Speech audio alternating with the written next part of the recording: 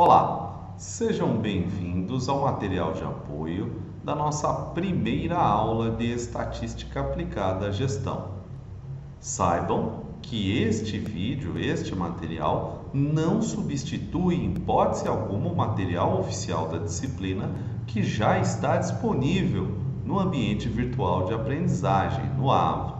Esse é apenas mais uma alternativa que traz novamente as informações que já constam de forma oficial nesse material.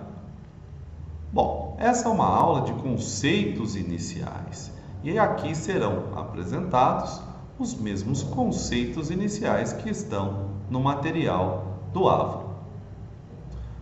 Podemos destacar uma dúvida que é muito comum para as pessoas que iniciam um processo de estudos em estatística, e a dúvida fundamental é: por que estudar estatística? A estatística está presente em diversas áreas do conhecimento. A área de gestão é apenas mais uma possibilidade de aplicação de estatística. E na área de gestão temos, dentre outras instituições, as empresas, que são o foco de estudo do nosso curso. As empresas, sejam comércio, serviços ou indústria, invariavelmente possuem processos de produção, seja de um serviço ou de um produto. E esses processos necessitam de uma série de informações, e a estatística é uma área que vai ajudar muito no fornecimento de informações precisas para a tomada de decisão em qualquer ambiente empresarial. Bom, aqui temos algumas áreas, alguns exemplos dentro do campo da gestão onde podemos utilizar a estatística. Traremos durante o curso diversos exemplos destas áreas. Bom, o conceito de estatística está intimamente ligado ao processo de coleta, apresentação e análise de dados para gerar informações, e no campo da gestão essas informações são utilizadas para as decisões ou para a tomada de decisões. Aqui temos as classificações possíveis ou os diferentes níveis de uma análise estatística. O nível mais básico, ou a primeira análise que podemos fazer, é a análise da estatística descritiva, que traz uma coleta sistemática e organizada de dados, e esses dados são organizados de forma tabular, em tabelas ou em gráficos, e apresentados aos leitores como fonte de informações básicas para uma decisão. Um nível um pouco mais avançado do que a estatística descritiva é o cálculo de probabilidades, que dentro do campo da gestão vai nos auxiliar muito para o processo de entendimento dos eventos que carregam incerteza. E quando conseguimos quantificar a incerteza associada a um evento através do cálculo de probabilidades, essa incerteza deixa de ser apenas uma incerteza e se torna um risco, pois podemos quantificar e entender as reais possibilidades de acontecimento de um evento incerto. O terceiro nível seria o nível inferencial, que começa em um processo muito importante da estatística chamado de amostragem. Então, na estatística, nós podemos fazer com que uma pequena parcela ou uma parcela de um todo, chamado população, e essa pequena parcela chamada de amostra, se bem extraída e representativa da população, nos permitirá uma série de conclusões para a população a partir de uma amostra. Esse processo se chama estatística inferencial ou inferência estatística. E aí vocês podem perguntar: quais são as razões para se estudar apenas uma parte do todo e não o todo? Primeiro, muitas vezes o todo pode não estar disponível para uma contagem. Além disso, o tempo pode ser um fator decisivo para que não se estude o todo e apenas uma parte dele. E por último, um aspecto muito importante que faz com que possamos trabalhar com uma parte ou uma amostra do todo ao invés do todo é a questão do custo. Então, essas são justificativas bastante relevantes para se utilizar um processo de amostragem e posteriormente uma inferência estatística. Bom, como falamos, a estatística tem como objetivo coletar, apresentar e analisar dados para fornecer informação. Então, a matéria-prima básica da estatística são os dados, que podem, como foi visto já no material, ser divididos entre dados quantitativos e dados qualitativos. Os dados quantitativos têm como objetivo fornecer números ou quantidades acerca de um fenômeno que estudamos e que daqui a pouco veremos como classificar esse fenômeno.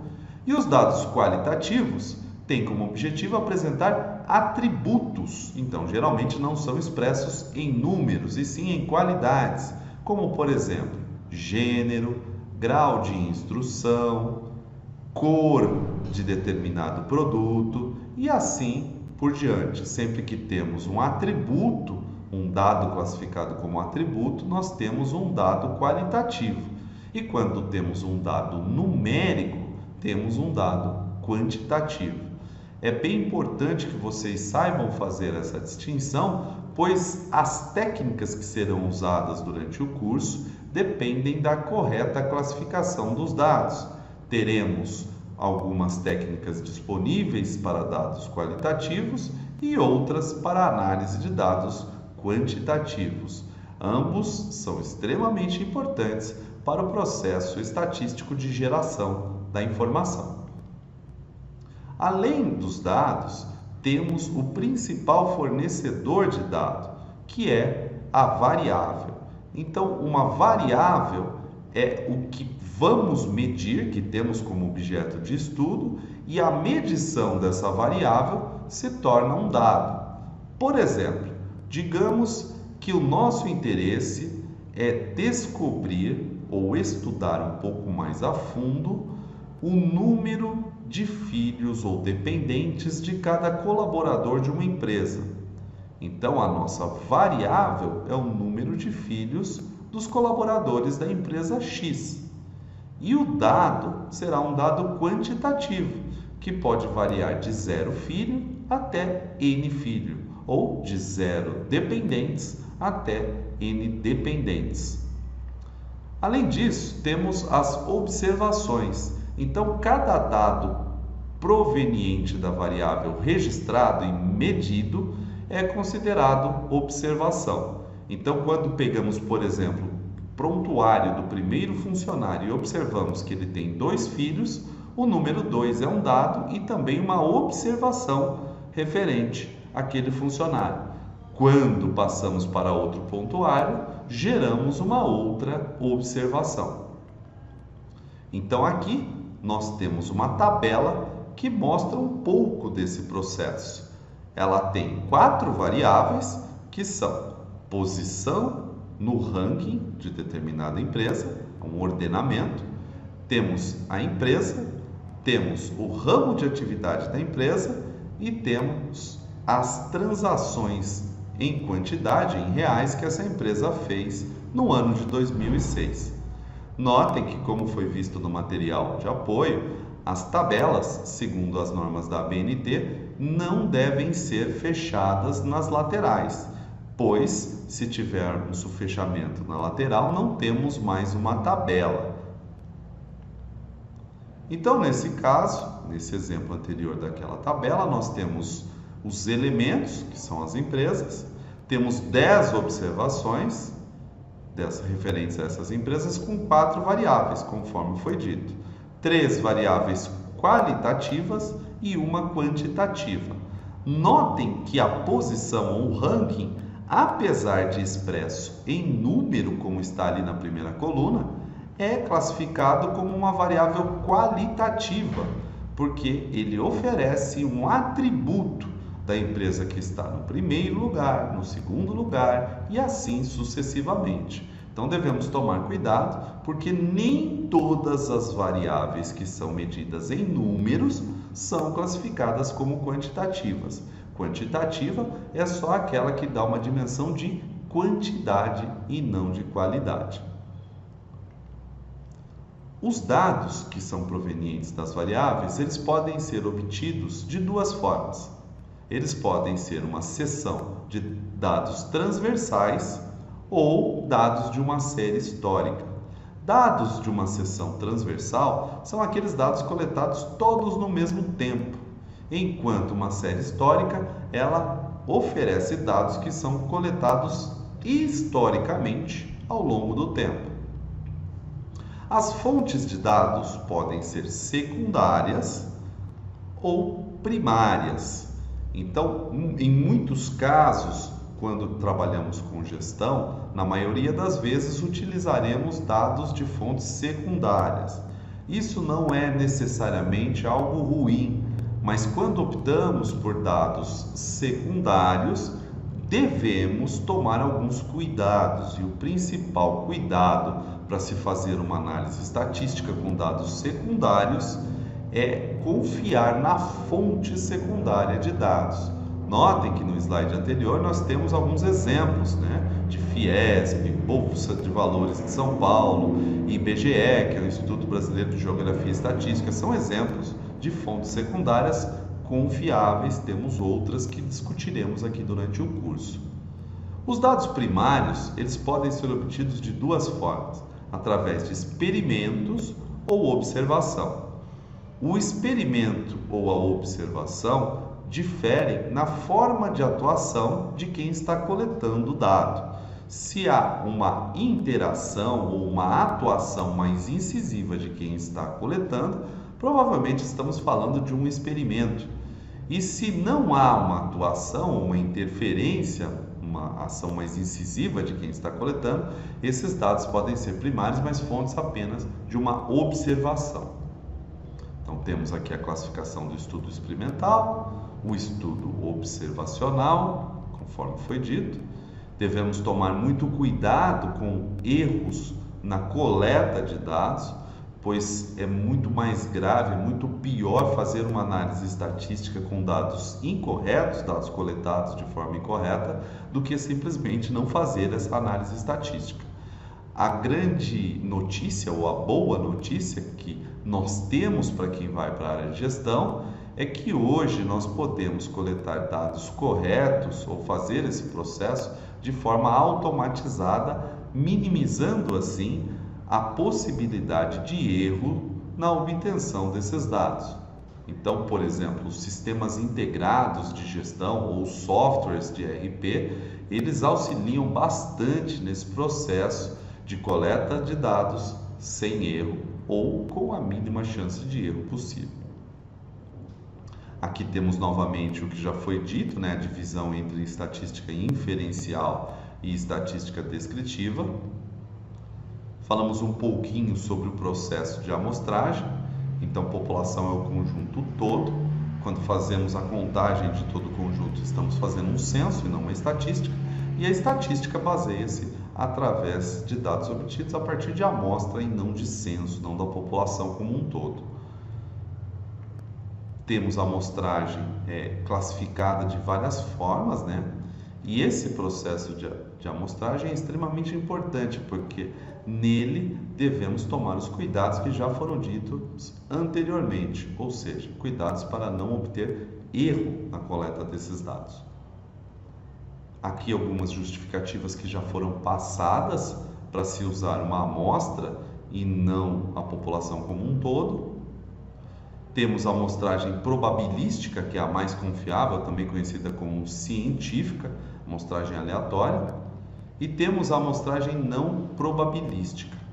E aqui na sequência alguns tipos de amostragem não probabilística e alguns tipos de amostragem probabilística. Cabe um comentário aqui, essas informações serão trabalhadas em um tópico específico de amostragem, mas o comentário que cabe aqui é que a amostragem mais confiável, a amostragem que deve ser o alvo de todo gestor, é a amostragem científica, a amostragem aleatória. A grande notícia, parte 2, é que na área de gestão, na maioria das vezes, estamos utilizando os dados provenientes de uma amostragem aleatória.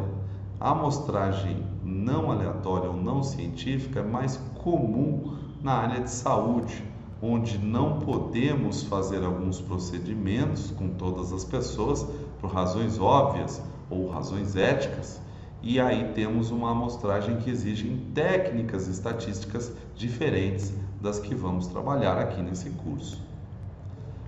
O passo seguinte diz respeito à organização dos dados. Aqui temos uma sobreposição.